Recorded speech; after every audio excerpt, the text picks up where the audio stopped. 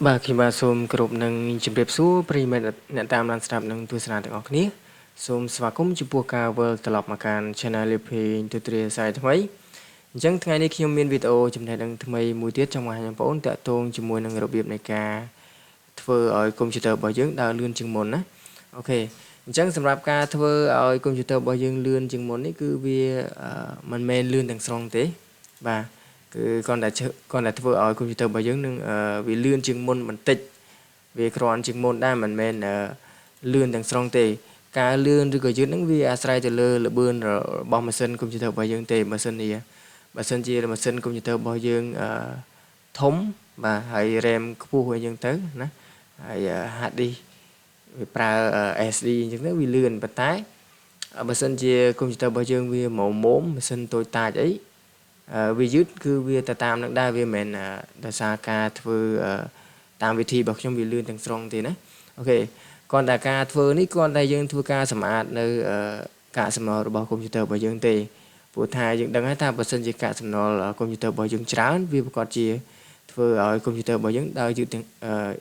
ដែរណាអូខេឥឡូវយើងធ្វើការទៅសម្អាតនៅកាកសំណល់របស់កុំព្យូទ័ររបស់យើងដើម្បីទៅធ្វើឲ្យកុំព្យូទ័ររបស់យើងដើរលឿនជាងមុនណាអូខេតើឥឡូវយើងចាប់ផ្ដើមទាំងអស់គ្នាអញ្ចឹងដើម្បីធ្វើឲ្យកុំព្យូទ័ររបស់យើងដើរលឿនជាងមុនយើងមានដូចជា4ចំណុចណា4ចំណុចសម្រាប់ធ្វើឲ្យកុំព្យូទ័ររបស់យើងដើរលឿនអញ្ចឹងទី1គឺយើងត្រូវប្រើប្រាស់នៅ run ណាអូខេឥឡូវយើងធ្វើតាមចំណុចរបស់ខ្ញុំមួយទៅអញ្ចឹងដំបូងគឺយើងត្រូវធ្វើការ search នៅរកrun បាទគឺកម្មវិធីរបស់ run ហ្នឹងនៅរបស់ Windows របស់យើងហ្នឹងបាទយើង search រក run គឺប្រភេទជាកម្មវិធីដែរបាទសម្រាប់ search រកមុខងារណាគឺមុខងាររបស់ Windows របស់យើងហ្នឹងគឺនៅក្នុង run ហ្នឹងឯងណាគឺដំណើរការរបស់ Windows របស់យើងហ្នឹងអញ្ចឹងយើងអាចចុចនៅក្របចុច Windows ណាក្របចុចនៅលើ keyboard របស់យើងដែលមានរូបបែបនេះណារូប Windows ហ្នឹងឬក៏រូប Start ហ្នឹងយើងចុចឲ្យជាប់ជាមួយនឹងអក្សរ O ក៏វាចេញដែរឬក៏បើថាយើងខ្ជិលចុច shortcut យើងអាច search រកក៏បានដែរបាទយើងវាយពាក្យថា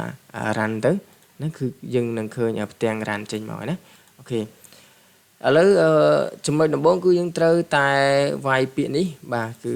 theme ដែលយើងមានអក្សរ T E M P ហ្នឹងណាវាយអក្សរហ្នឹងមកដើម្បីទៅធ្វើការលុបកាកសំណល់នៅក្នុងfolder របស់ theme ហ្នឹងណាអូខេយើងចុចធ្វើការយើងវាយហើយយើងធ្វើការចុច OK មកបាទអានេះដោយសារតែខ្ញុំធ្លាប់វាយហើយបាទវាចេញបែបនេះណាបើសិនជាបងប្អូនអត់ធ្លាប់វាយទេវាអត់មានធ្លាក់នៅខាងក្រោមឲ្យយើងអញ្ចឹងទេណាអូខេអញ្ចឹងយើងធ្វើការវាបញ្ចូលវាមកបើសិនជាយើងអត់មានយើងវាយហើយចុច OK មកអញ្ចឹងបន្ទាប់មកវានឹងចេញផ្ទាំង Windows នេះដើម្បីឲ្យយើងធ្វើការលុបនៅកាកសំណល់របស់ Windows របស់យើងណាអញ្ចឹងនេះគឺសិតតែជាកាកសំណល់ណាអានេះដោយសារតែខ្ញុំធ្លាប់លុបវាម្ដងហើយពីមុនបានវាមានតិចតែបើសិនជាបងប្អូនប្រហែលជាមានច្រើនបើសិនជាបងប្អូនអត់ធ្លាប់លុបណាបើសិនជាខ្ញុំលុបរៀងរាល់ថ្ងៃអញ្ចឹងវាមានតិចណាវាមានតិចអញ្ចឹងបងប្អូនធ្វើការលុបនៅកាកសំណល់នឹងចេញឲ្យអស់ណាបើសិនជាលុបអត់អស់ទេវានៅជាប់កាកសំណល់រហូតអញ្ចឹងយើងដឹងហើយថាកុំព្យូទ័របើសិនជាមានកាកសំណល់ច្រើនវាប្រកាសជាពេញនៅ hard disk របស់យើងណាspace នៅ hard disk របស់យើងគឺវាកាន់តែច្រើនហើយយើងគិតមើលមួយ file គឺ9គីឡូចុះបើសិនជាមាន100 file យើងគិតទៅយើងគុណទៅប្រហែលមេប្រហែល G អញ្ចឹងទៅណាគឺវាស៊ី space របស់កុំព្យូទ័ររបស់យើងដែរ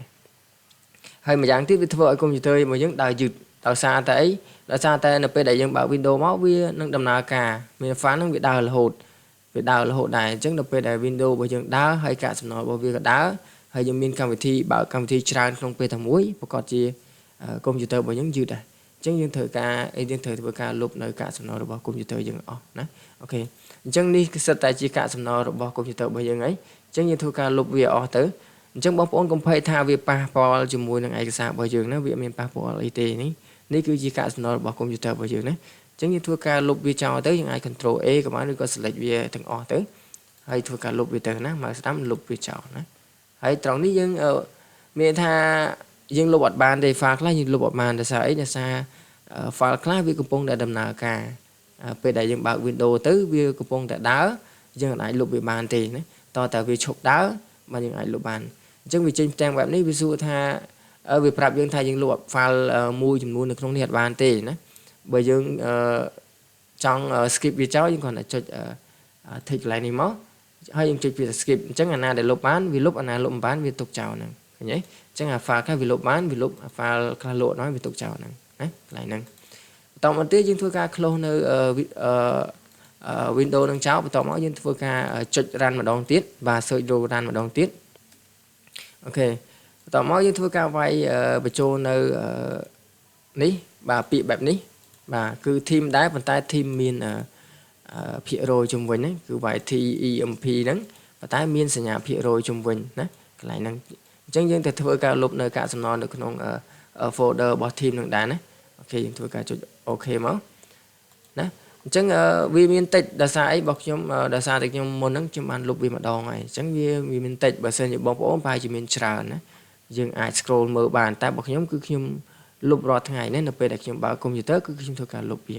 ហើយនៅពេលដែលខ្ញុំបិទខ្ញុំធ្វើការលុបវាដែរណាកន្លែងហ្នឹងអញ្ចឹងវាអត់មានទេអញ្ចឹងកុំព្យូទ័ររបស់ខ្ញុំវាប្រកាសជាលឿនណាវាអាចដើរលឿនជាងមុនណាលឿនជាងនៅពេលដែលយើងទុកប្រកាសជាយឺតដែរអញ្ចឹងយើងធ្វើការលុបវាទៅដើម្បីឲ្យកុំព្យូទ័ររបស់យើងលឿនណាអូខេអញ្ចឹងយើងធ្វើការ select ទាំងអស់មកហើយលុបវាចោលដូចគ្នាណាកុំភ័យខ្លាចប៉ះពាល់ឯកសាររបស់យើងណាអត់ប៉ះពាល់ទេណាត្រង់ហ្នឹងអញ្ចឹងកន្លែងនេះមានថាវាប្រាប់ទេថា file ហ្នឹងលុបអត់បានទេដោយសារអីវាកំពុងតែដំណើរការអញ្ចឹងយើងលុបអត់បានទេហើយយើងធ្វើការ skip ទៅយើងចុចកន្លែងនេះមកហើយចុច tick វាមួយណាបញ្ចុះមកយើងចុចពាក្យថា skip អញ្ចឹងអាណាលុបបានលុបអាណាលុបមិនបានវាទុកចោលឃើញទេវាលុបអា file នេះបានវាទុកចោលអា file ណាលុបបានវាលុបណាអូខេអញ្ចឹងរួចរាល់អស់ហើយយើងធ្វើការ close នៅ video នឹងចោលបាទផ្ទាំង export នឹងចោលឥឡូវយើងទៅបើក run ម្ដងទៀតណាអូខេបើក run ម្ដងទៀតហើយយើងធ្វើការនៅវាយនៅពាក្យមួយទៀតគឺ prefix ណាពាក្យថា prefix នេះអូខេយើងវាយមកគឺមាន P មាន R មាន E F E T C H ណាយើងវាយមកបន្តមកចុច OK ណាអូខេអញ្ចឹងឃើញត្រង់នេះរបស់ខ្ញុំមានច្រើនទេដោយសារតែវាច្រើនគឺអា prefix ហ្នឹងវាដំណើរការច្រើនវាមាន file ច្រើនកាកសំណល់ច្រើនជាងteam ហើយនឹង team ភាគរយមិញឃើញទេរបស់ខ្ញុំមានច្រើនអញ្ចឹងនេះវាជា file កាកសំណល់របស់ Windows ទេអញ្ចឹងយើងមិនបាច់ភ័យខ្លាចប៉ះឯកសារយើងទេណាវាមិនប៉ះឯកសារទេណាអូខេអញ្ចឹងនេះជាកាកសំណល់យើងធ្វើការលុបវាអស់ទៅណា Control A មកឬក៏ Select All ទាំងអស់មកហើយធ្វើការ mouse down delete វាចោលទៅណាលុបវាចោលអូខេអញ្ចឹងត្រង់នេះវាប្រាប់ទេថាលុបអត់បានទេ file នេះគឺវាកំពុងដំណើរការអញ្ចឹងយើង skip វាទៅយើងចុចគ្រីសកន្លែងនេះមួយហើយចុចពាក្យ skip អញ្ចឹងអាណាវាលុបបានវាលុបអាណាលុបមិនបានវាទុកចោលឃើញទេអូខេអញ្ចឹងនៅពេលនេះយើងរួចរាល់អស់ហើយ3ចំណុចហ្នឹងបន្តមកទៀតយើងត្រូវធ្វើការសម្អាតនៅ drive C របស់យើងព្រោះយើងដឹងហើយថា Windows របស់យើងវាប្រកាសជា run នៅលើ drive C ណាអញ្ចឹងយើងត្រូវការសម្អាតនៅ drive C របស់យើងឲ្យស្អាតឲ្យអស់កាកសំណល់នៅលើ drive C របស់យើងណាអូខេអញ្ចឹងយើងចូលទៅបើកនៅ disk PC របស់យើងណាគឺនេះ My Computer របស់យើងបើកវាមកបន្តមកយើងឃើញ drive C នេះកន្លែង drive C យើងត្រូវសម្អាត drive C នឹងមួយតង់ទៀតណាមួយតង់ទៀតគឺអស់ហើយណាអូខេអញ្ចឹងដើម្បីសម្អាតវាបានយើង mouse ស្ដាំទៅលើ drive C ហ្នឹងបន្ទាប់មកយកពាក្យថា prefix អូខេជាស្រ័យproperty ណា property ចុចកន្លែង property ហ្នឹងមកអញ្ចឹងវាចេញផ្ទាំង window ឲ្យយើងមួយទៀតណា window dialog ហ្នឹងយើងនឹងឃើញពាក្យថា disk clean up នេះ disk clean up ហ្នឹងណា clean up យើងចុចកន្លែងហ្នឹងមកមានថាយើងទៅសម្អាតនៅ disk ហ្នឹងគឺdrive របស់យើងហ្នឹងណាអូខេគឺ hard disk របស់យើងហ្នឹងយើងចុចកន្លែង disk clean up ហ្នឹងមកបន្ទាប់មកវានឹងធ្វើការ compile វាកំពុងតែធ្វើការដំណើរការនៅស្វែងរកអា file អត់បានការហ្នឹងយកមកណាឃើញទេវាទាញមកបានហើយនេះអញ្ចឹងអ្វីដែលអត់បានការហ្នឹងគឺយើង take ចោលទេនេះគឺថាវាមាន file អត់បានការហើយណាកន្លែងហ្នឹងអញ្ចឹងយើង take ឲ្យអស់មកមានតែយើងទៅលុប file កាកសំណល់នៅក្នុងទី1គឺនៅក្នុង Windows Defender Antivirus ហើយនៅក្នុង download file យើងនេះ download menu នេះណាវាមានក៏មានកាកសំណល់ដែរអញ្ចឹងយើងធ្វើការលុបវាទៅកន្លែងនេះគឺយើង take វាអស់ទៅណាហើយទី1នៅក្នុង recycle bin ហ្នឹងណា recycle bin ហ្នឹងអីគេនេះនៅក្នុង recycle bin នេះ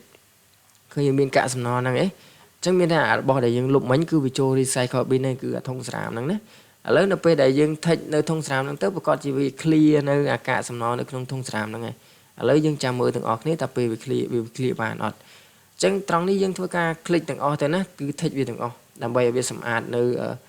drive របស់យើងឲ្យស្អាតណាអត់ឲ្យមានកាកសំណល់ទេអញ្ចឹងយើងធ្វើការចុច OK មកហើយត្រង់នេះវាសួរថាយើងចង់លុប file នឹងអត់ណាបើយើងចង់លុបយើងចុចថា delete file ហ្នឹងមកណាអញ្ចឹងយើងមើលកាកសំណល់របស់យើងនៅធុងស្រាមរបស់យើងប្រកាសជាមានកាកសំណល់អ ពេលដែលយើងលុបហើយវានឹងអស់ហើយចាំមើលណាអូខេឥឡូវយើងចុច delete មកអញ្ចឹងវាកំពុងតែធ្វើការ clean up ហ្នឹងណាកំពុងតែ clean ហើយស្មាតយើងធ្វើការរងចាំយើងសិនហ្នឹងបើសិនជាយើងមានកាកសំណល់ច្រើនវាយូរតែបើសិនជាយើងមានកាកសំណល់តិចវាលឿនទេណាឃើញរបស់ខ្ញុំដោយសារតែខ្ញុំសម្អាតវារាល់ថ្ងៃគឺវាលឿនទេវាមានតិចតែបើសិនជាបងប្អូនវារៀងយូរណាកន្លែងហ្នឹងដោយសារតែបងប្អូនដែលសម្អាតអីអញ្ចឹងវាយូរហើយណាតែរបស់ខ្ញុំខ្ញុំស្អាតរាល់ថ្ងៃគឺលឿនណាអូខេឥឡូវយើងមើលនៅក្នុង recycle bin គឺអស់ទៅនៅណីហើយយើងបើកមើលទៅគឺអត់មានអីទាំងអស់តែទេឃើញទេណាគឺវាសម្អាតរួចរាល់អស់ហើយអញ្ចឹង try C របស់យើងគឺប៉ុណ្ណេះគឺវាស្អាតហើយវាអត់មាននៅកាកសំណល់អីទេបន្ទាប់មកយើងធ្វើការចុច OK មកហើយយើងធ្វើការ restart machine ណា restart machine ដើម្បីឲ្យវាធ្វើការឡើងវិញណាហើយវីដេអូរបស់យើងវាដំណើរការឡើងវិញម្ដងទៀតគឺវាអស់កាកសំណល់ហើយណាយើងធ្វើការចុចឡើងវីដេអូនេះមកហើយយកពាក្យ power នេះណាអាប៊ូតុងហ្នឹងបន្ទាប់មកយើងធ្វើការចុច restart អញ្ចឹងដោយសារខ្ញុំចប់ record ខ្ញុំអត់ធ្វើការ restart ទេនៅពេលដែលខ្ញុំបញ្ចប់ការ record ខ្ញុំធ្វើការ restart machine ណាអូខេអញ្ចឹងនៅពេលដែលយើង restart machine ចប់គឺរួចរាល់អស់ហើយគឺយើងត្រូវតែធ្វើវាជាប្រចាំណានៅពេលដែលយើងបើកកុំព្យូទ័រគឺយើងត្រូវការសម្អាតវាម្ដងនៅពេលដែលយើងប្រើប្រាស់រួចអស់ហើយយើងបិទកុំព្យូទ័រគឺយើងសម្អាតវាម្ដងទៀតណាគឺត្រូវតែធ្វើវារៀងរាល់ថ្ងៃនៅពេលដែលយើងប្រើវាណាមិនរៀងរាល់ថ្ងៃក៏បានដែរគាត់ថាមួយអាទិត្យម្ដងក៏បានឬក៏3ថ្ងៃម្ដងក៏បានដែរណាប៉ុន្តែបើធ្វើរៀងរាល់ថ្ងៃវាកាន់តែល្អណាអូខេអញ្ចឹងត្រង់ហ្នឹងគឺចំណុចក្នុងការសម្អាតកាកសំណល់ឬក៏ការធ្វើឲ្យកុំព្យូទ័ររបស់យើងដើរលឿនហ្នឹងណាគឺមានតែប៉ុណ្្នឹងហើយបើសិនជាបងប្អូនមានចម្ងល់អីតាក់ទងជាមួយនឹងកុំព្យូទ័របងប្អូនអាច comment នៅខាងក្រោមវីដេអូបានហើយខ្ញុំនឹងធ្វើការបង្ហាញឆ្លើយតបទៅកាន់បងប្អូនវិញណាអរគុណច្រើនចំពោះការទស្សនាវីដេអូនេះហើយបើសិនជាពេញចិត្តនៅវីដេអូនេះសូមជួយចុច like និង subscribe ដើម្បីទទួលបាននូវចំណេះដឹងថ្មីៗជារៀងរាល់ថ្ងៃអរគុណច្រើនជួបគ្នានៅវីដេអូក្រោយទៀតអរគុណ